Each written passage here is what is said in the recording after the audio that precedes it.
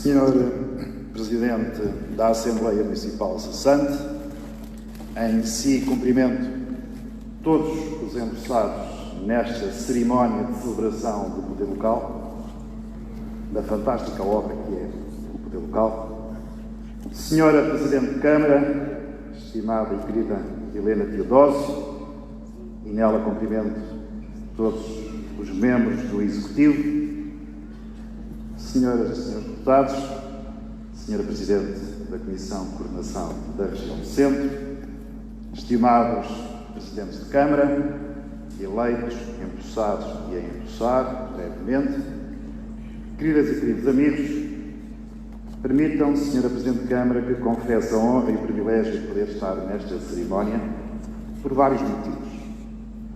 O primeiro porque acompanhei de perto, porque foi em Cantanhede que iniciei as minhas funções profissionais, foi na altura Presidente de Câmara Jorge Catarino, e acompanhei muito de perto estes três executivos, de Jorge Catarino, de João Moura e agora da Helena Teodósio. E tive até o privilégio de iniciar funções neste Conselho, na Escola Secundária de Cantanhede, e pasme-se, tive até a oportunidade de fazer parte do rancho dos professores da Escola Secundária de Cantanhede. Era nosso ensaiador o Padre Manuel Jesus, para nós sempre, o Padre Manel Dançan, que aqui está presente e a quem agradeço a paciência. Queria naturalmente saudar-vos a todos, Sr. Secretário Executivo da nossa Comunidade Intermunicipal, procurando, porque hoje o dia é de festa e é um dia de festa dedicado à doutora Helena, começar por aquilo que eu acho que são os três defeitos da Presidente de Câmara, Helena Teodósio.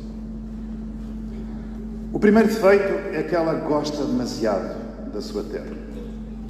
E diz o povo que quando se gosta demasiado de qualquer coisa é mau. Pois discordo. Ser autarca é isso. Ser autarca é um ato de generosidade.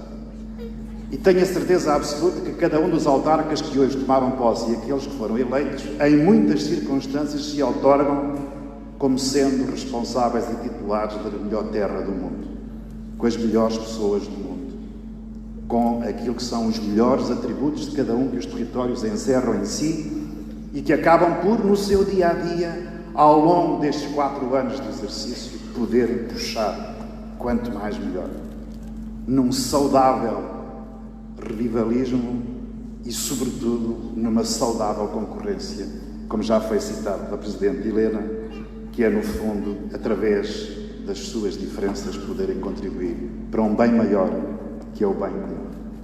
E acho que esse reconhecimento é justo ser feito hoje aqui à Presidente Helena Teodósio, pela forma aguerrida como ela, com paixão, defende este território, mas não deixa de participar num bem maior, que é o bem da comunidade, como aliás ficou demonstrado no seu mandato, e aqui saúdo também o Sr. Vice-Presidente da Comunidade Intermunicipal de Coimbra, nos seus mandatos com os seus colegas Presidentes de Câmara.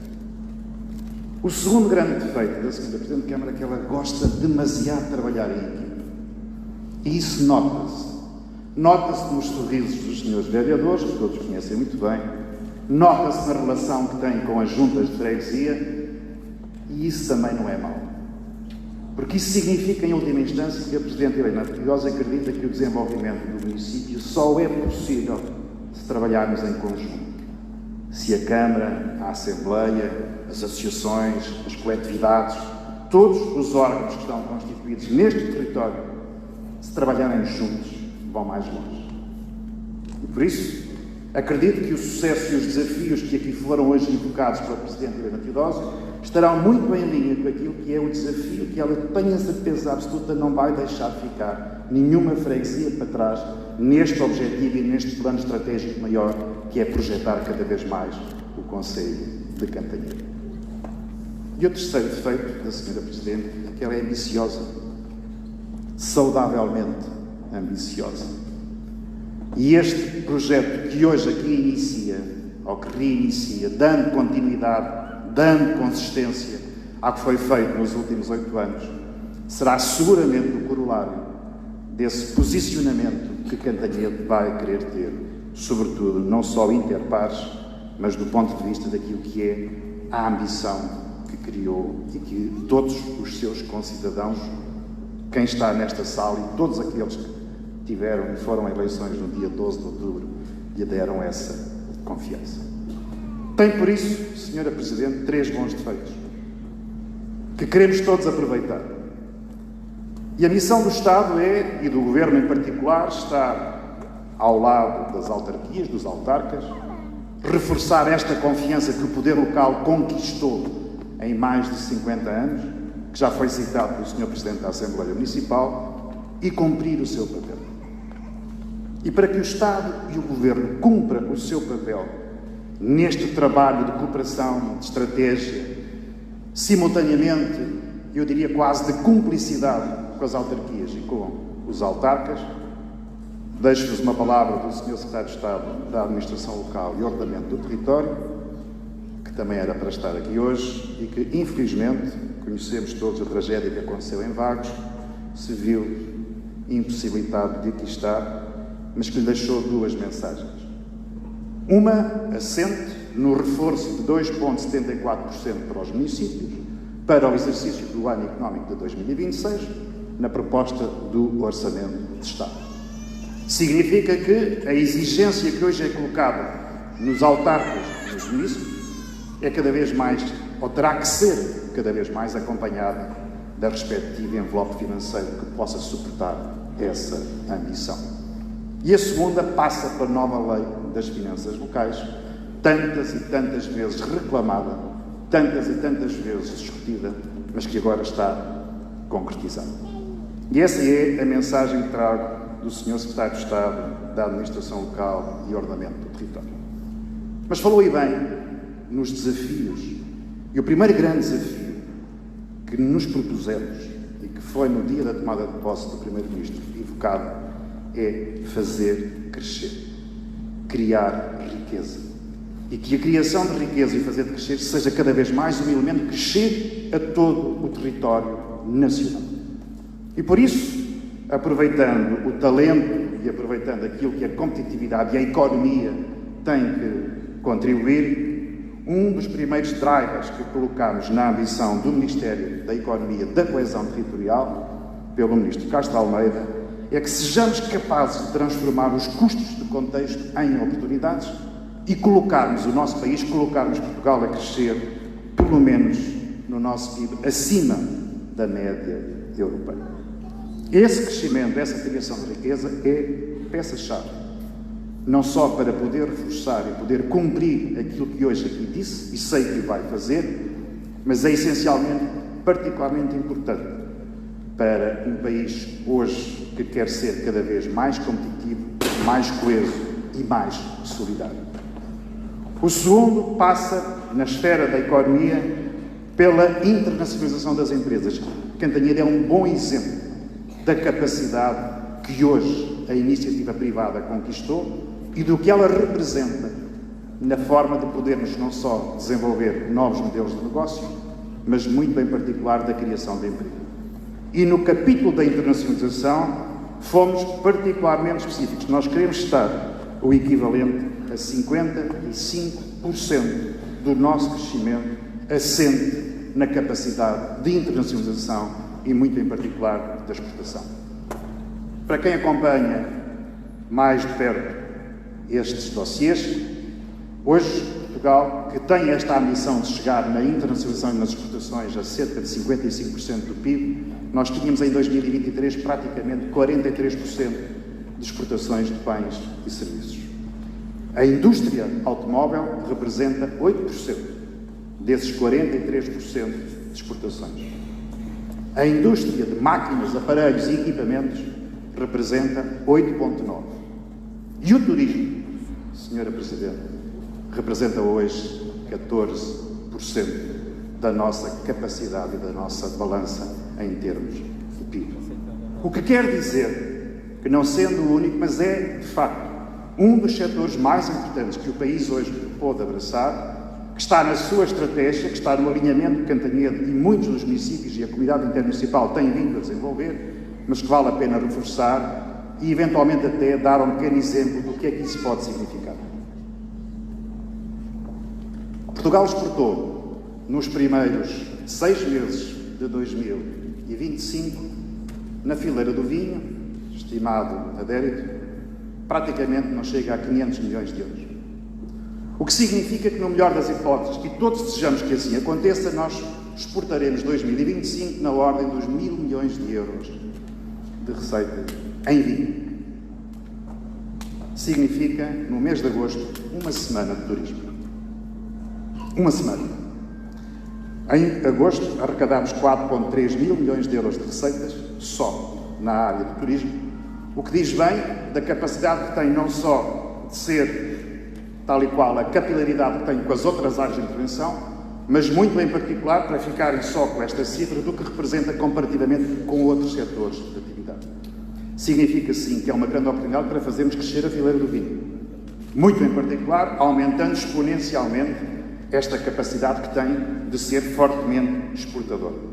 Mas é um contributo que, somado à capacidade que temos associada ao crescimento, ao desenvolvimento da atração turística e, em particular, do comércio dos bens e dos serviços, de termos aqui mais de 40% do nosso produto interno bruto. Sim, turismo, comércio e serviços representam em Portugal 41% da nossa riqueza bruta.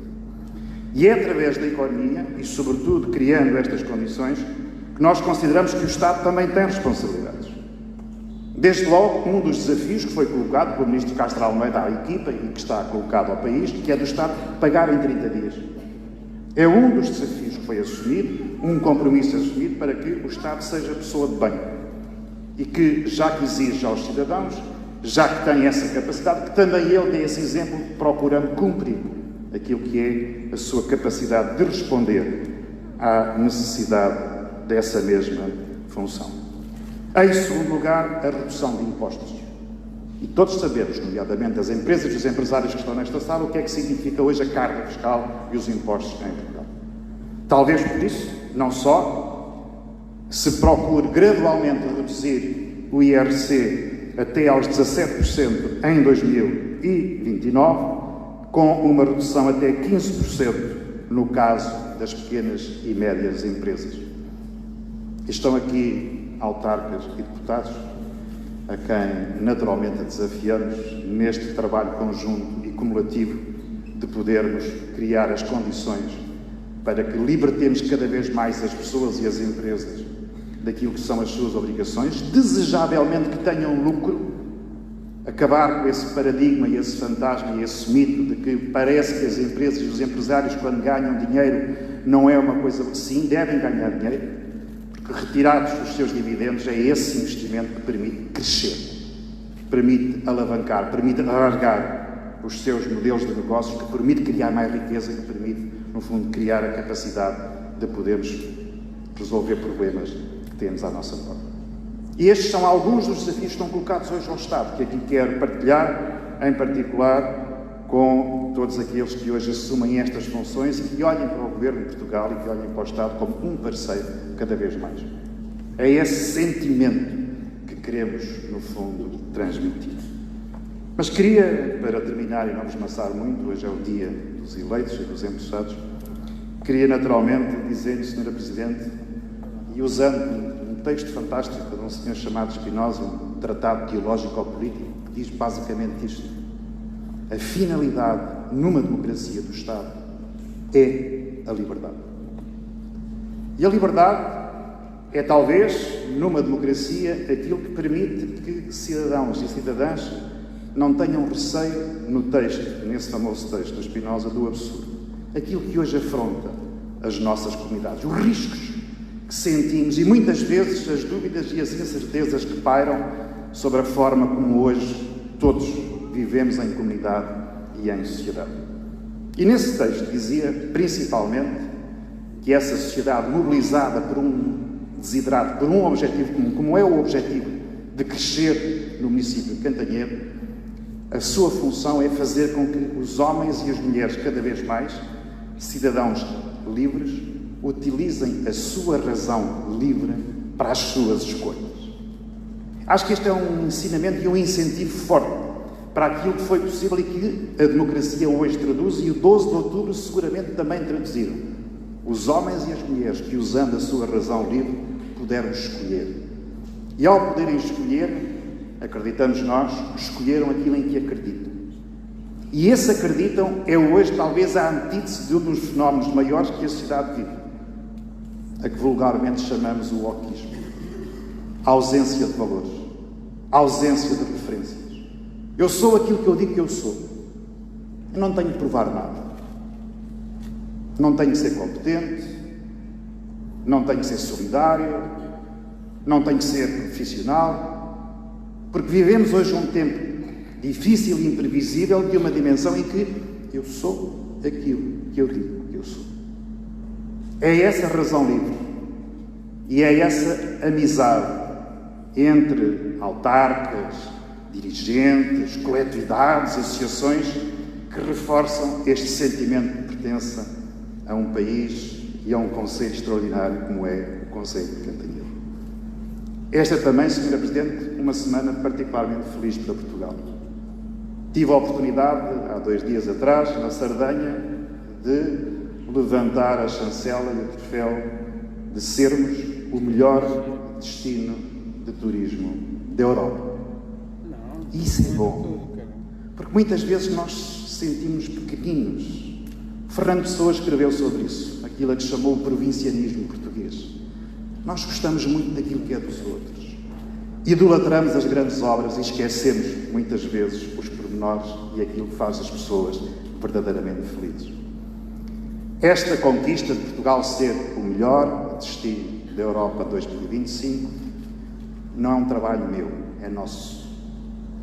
É daqueles profissionais, homens e mulheres que estão no setor, é daquelas instituições, municípios, comunidades intermunicipais que trabalham, que estruturam aquilo que normalmente chamamos os produtos turísticos. É a definição de uma estratégia essa que seja liderante e que galvanize e que crie o entusiasmo e o estímulo para que as pessoas possam seguir a sua líder. É um resultado daquilo que é hoje o reconhecimento de sermos um país com 9 séculos de história, que eu estou certo que nos orgulha a todos. Orgulha-nos a nós enquanto país, orgulha Cantanhede aos empossados, orgulha seguramente de cada um dos novos presidentes e dos atuais presidentes de Câmara, seguramente de todos os presidentes de junta, não há câmaras nem país sem as juntas de freguesia. Orgulha-nos a todos enquanto povo solidário. Viva Cantanhede, viva Portugal!